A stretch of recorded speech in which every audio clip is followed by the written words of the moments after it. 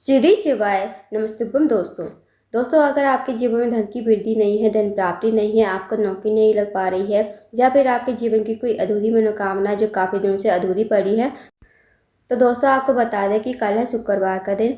बस आपको 9 चने की दाल से अचूक उपाय करना है। यदि आप इस उपाय को करते हो तो जो भी आपकी मनोकामना होगी ना, चाहे वो धन को लेकर हो, व्यापार को लेकर हो, नौकरी को लेकर हो या फिर आपके जीवन की कोई अधूरी मनोकामना है, काफ़ी दिनों से अधूरी पड़ी है, तो इस उपाय को करने से आपकी मनोकामना अवश्य ही पूर्ण हो जाएगी। पूज्य गुरु जी कथा को सुनकर उपाय को अच्छे से समझाने का प्रयास करेंगे। तो आइए दोस्तों जानते हैं उपाय कैसे करना है। दोस्तों पहला जो उपाय है वो है विशेष मनोकामना पूर्ति के लिए।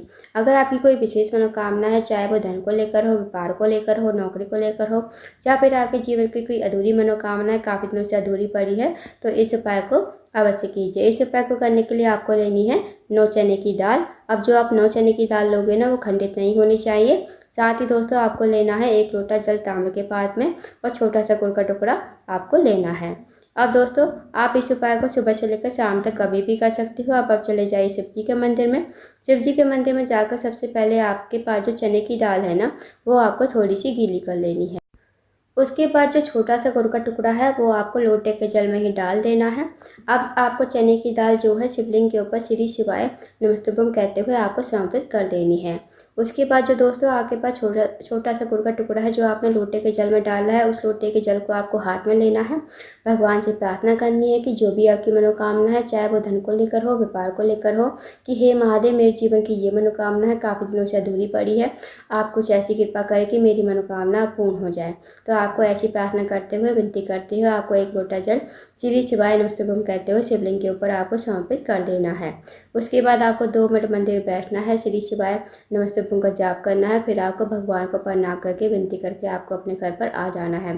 तो दोस्तों बहुत ही अचूक अनुचित उपाय है, इस उपाय को अवश्य कीजिएगा। अब जानते हैं अगले उपाय के बारे में।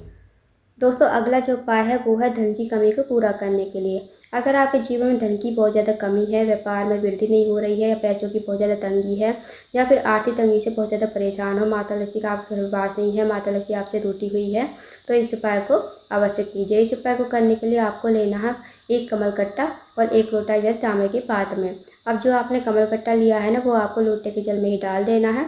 अब दोस्तों इस उपाय को आप चाहे तो सुबह कर लीजिए, नहीं तो आप शाम को भी इस उपाय को कर सकते हो। अब आपको लोटे में कमल गट्टा डालकर आपको चले जाना है शिव जी के मंदिर में।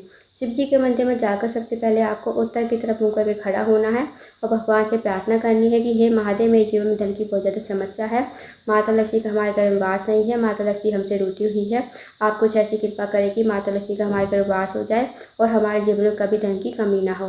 तो आपको ऐसी प्रार्थना विनती करते हुए, माता लक्ष्मी का स्मरण करते हुए 1 लोटा जल आपको शिवलिंग के ऊपर श्री शिवाय नमस्तुभ्यम कहते हुए समर्पित कर देना है। दोस्तों इस उपाय को आप हफ्ते में किसी भी एक दिन करके देखिए, आपको जरूर फायदा देखने को मिलेगा।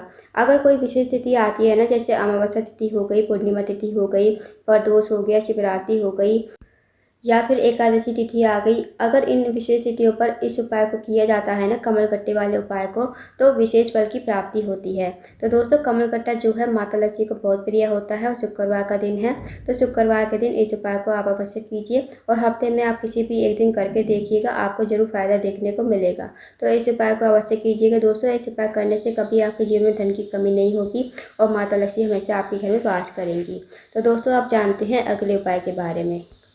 दोस्तों अगला जो उपाय है वो है, अगर आपके घर में कोई व्यक्ति काफ़ी दिनों से बीमार पड़ा है, उसकी जो बीमारी है दूर होने का नाम नहीं ले रही है, तो आप इस उपाय को अवश्य कीजिए। इस उपाय को करने के लिए आपको लेना है 1 बेलपत्र और 1 लोटा जल तांबे के पात्र में।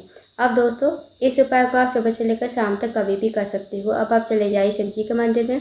शिव जी के मंदिर में जाकर सबसे पहले आपको 1 लोटा जल शिवलिंग के ऊपर श्री शिवाय नमस्तुभ्यम कहते हुए समर्पित कर देना है।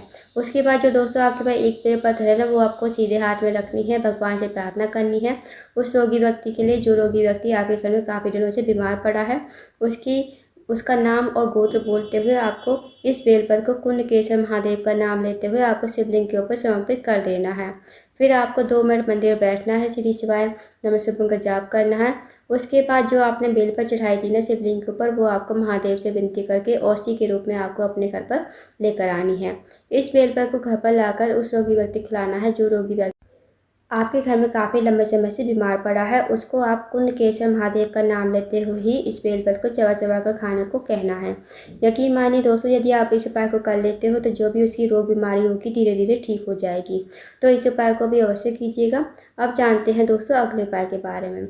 अगला जो उपाय है, अगर आप किसी कार्य के लिए बाहर जाते हो, आपको कार्य में सफलता नहीं मिल पाती है, या फिर आपका इंटरव्यू क्लियर नहीं हो पाता है, आपको नौकरी नहीं लग पा रही है, तो आप इस उपाय को अवश्य कीजिए। इस उपाय को करने के लिए आपको लेनी है 2 लौंग फूल वाली, और साथ ही आपको लेना है 1 चम्मच शहद और 1 लोटा जल तांबे के पात्र में। अब आपको चले जाना है शिव जी के मंदिर में। इस उपाय को भी आप सुबह से लेकर शाम तक कभी भी कर सकते हो। शिव जी के मंदिर में जाकर सबसे पहले आपको 1 लोटा जल श्री शिवाय नमस्तुभ्यम कहते हुए शिवलिंग के ऊपर धीरे धीरे समर्पित कर देना है।